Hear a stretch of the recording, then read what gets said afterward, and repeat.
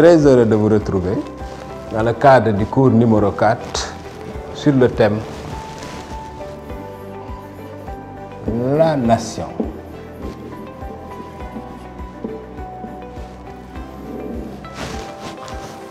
Je vais commencer par sacrifier un rituel. En effet, on avait observé un repos à l'occasion de la fête de Tabaski, une occasion pour la communauté musulmane de s'adresser des vœux. Je souhaite que cette période post-Tabaski soit une période plus clémente dans l'évolution de la maladie à Covid-19, soit une période plus clémente économiquement et socialement pour le Sénégal. Je ne peux pas commencer ce cours sans rendre un hommage vibrant à un de mes frères, mes grands frères je devrais dire, Babacar Touré, qui fut pour moi un conseiller, un directeur de conscience en somme, après avoir été pour moi une très bonne source d'information pendant les années Jeune Afrique. Je rends un vibrant hommage à ce grand fils du Sénégal. Eh bien, la nation. On entend ce concept qui est aujourd'hui presque galvaudé. On entend ce concept à travers des formulations comme l'Assemblée nationale, la communauté nationale, l'opinion nationale.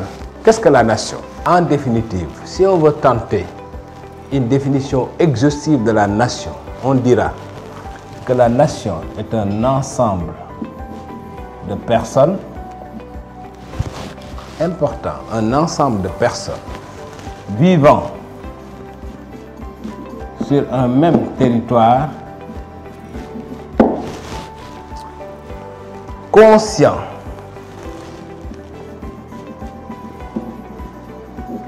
d'une certaine unité historique et culturelle et formant une entité politique. C'est ça une nation.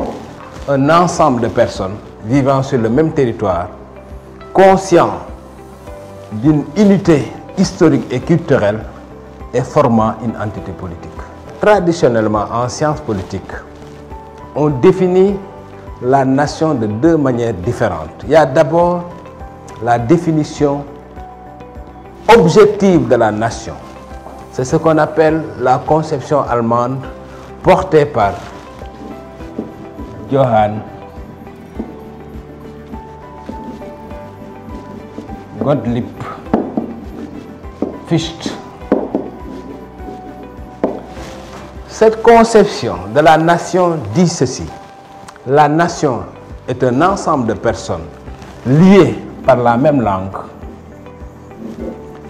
la même culture, la même religion, la même appartenance ethnique, bref, liées par des traits sociologiques qui font leur différence avec les autres.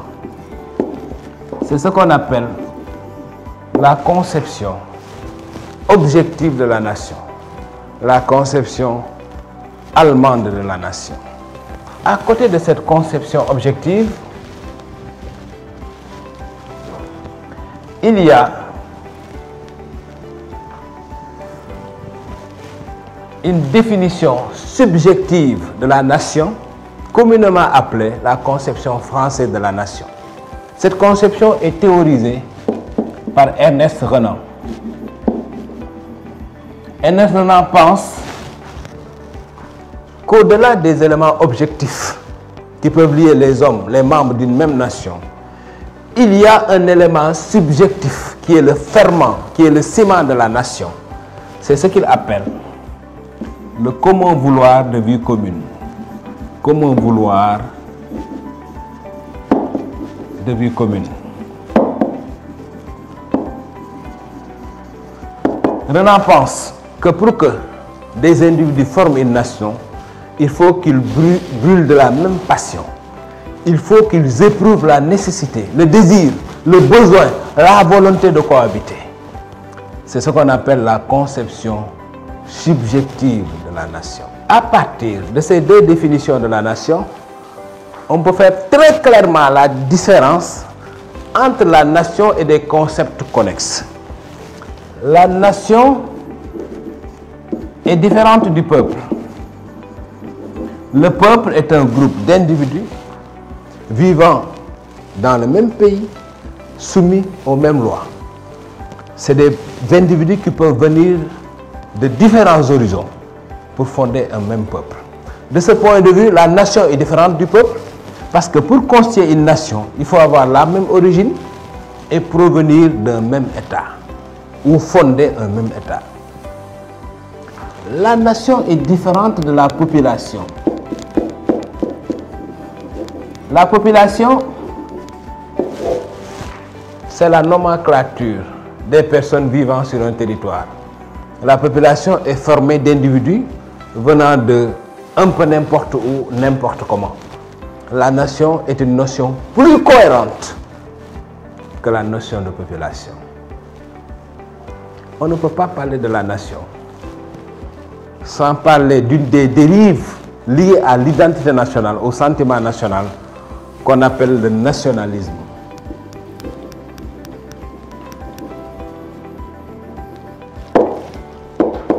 Le nationalisme désigne l'exaltation du sentiment national, l'attachement passionné à la nation, vecteur de chauvinisme, d'exclusion, de guerre, de mort.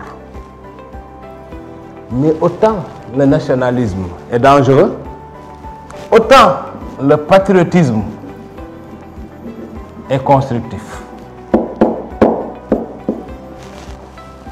Autant il ne faut pas avoir une définition chauvine de la nation, autant il est important d'être attaché à la patrie. On ne saurait épuiser ce thème de la nation sans parler de la problématique africaine de la nation.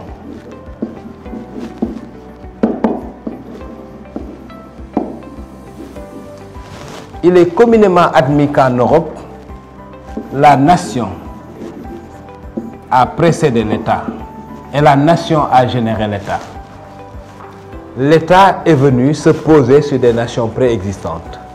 Alors qu'en Afrique, l'État a précédé la nation. Les frontières de nos États ont été arbitrairement tracées dans le mépris de toute cohérence humaine et sociologique à travers ce qu'on a appelé la balkanisation de l'Afrique. La balkanisation qui était une méthode brutale et vulgaire de partage des territoires africains dans le mépris total de la continuité humaine des États, des micro-États qui ont été créés en Afrique. Donc, la mission première des États en Afrique, c'est la construction de la nation. Parce qu'il y a beaucoup de pays africains à l'intérieur desquels on voit une superposition d'ethnies qui se regardent en chien de faïence, qui aboutit certaines fois à des drames tels le génocide rwandais, et qui est un indicateur de la grande difficulté des États africains à construire des nations à l'intérieur des frontières incohérentes de nos États. La question de la construction de la nation en Afrique se pose avec d'autant plus d'acuité que l'ouverture démocratique en Afrique a créé une sorte d'adversité entre différents groupes qui recoupent en réalité la géopolitique des ethnies, la géopolitique des groupes à l'intérieur des États. C'est ce qui fait d'ailleurs que la démocratie, dans certains pays africains où la nation n'était pas mature, a davantage créé de divisions nationales qu'un mieux-être. Donc la problématique africaine de la nation est d'une acuité brûlante. Le défi fondamental de nos nations, c'est de concilier la démocratie avec l'unité nationale. Mes chers amis, on va terminer ce cours par 3 citations qui, à mon sens, illustrent l'idée de nation. La première citation et de Napoléon Bonaparte. Qu'est-ce qu'il dit? Bonaparte dit: l'armée, c'est la nation.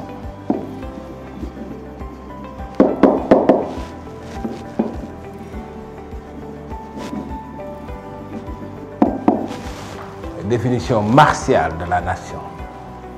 La nation ici est conçue comme une entité à protéger, une entité à défendre. C'est comme dirait ce général serbe qui disait que une frontière est une ligne tracée par le sang et bordée par des tombeaux. Bonaparte dit: l'armée, c'est la nation.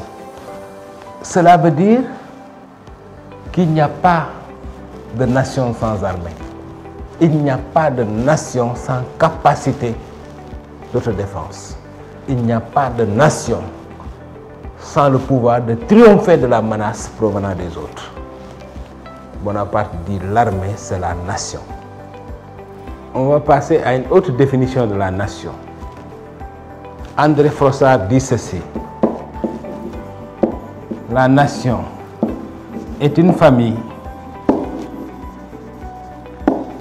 et le nationalisme une abstraction.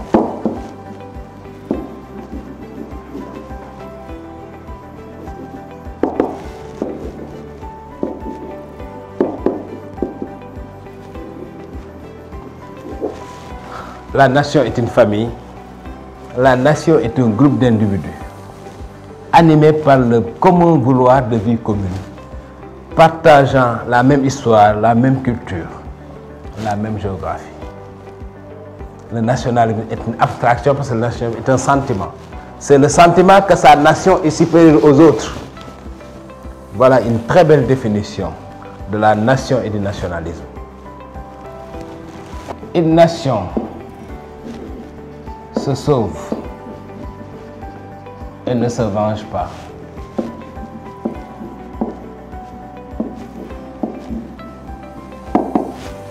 Georges Jacques Danton.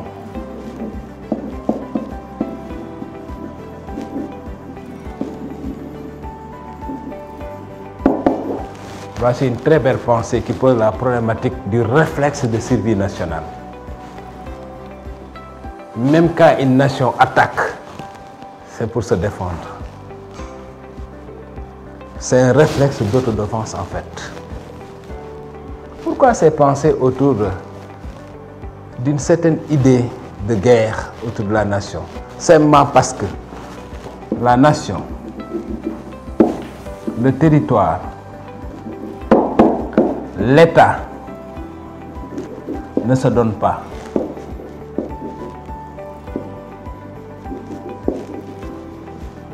Il se conquiert.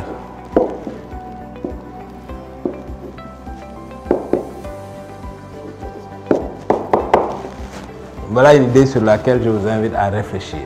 Mes chers amis, nous voilà au terme de ce cours sur la nation. Nous sommes très frappés par le bouillonnement intellectuel autour de ces cours. Je lis jusqu'au moindre détail tous les commentaires. Je lis tous vos courriers, toutes vos suggestions, toutes vos idées. Dites-vous que nous sommes dans un processus en amélioration continue. Nous allons tenir compte de toutes vos observations. Ce concept, nous allons le creuser, nous allons le perfectionner. D'ailleurs, dans les jours à venir, nous introduirons d'autres innovations autour de grands invités qui sont des intellectuels connus dans leur domaine, toujours dans le cadre de Apprenons. Apprenons n'est pas un dispensateur de connaissances. Apprenons est une plateforme d'échange, de propositions. Apprenons est un exercice de modestie et d'écoute. Nous sommes encore une fois à votre écoute. À bientôt.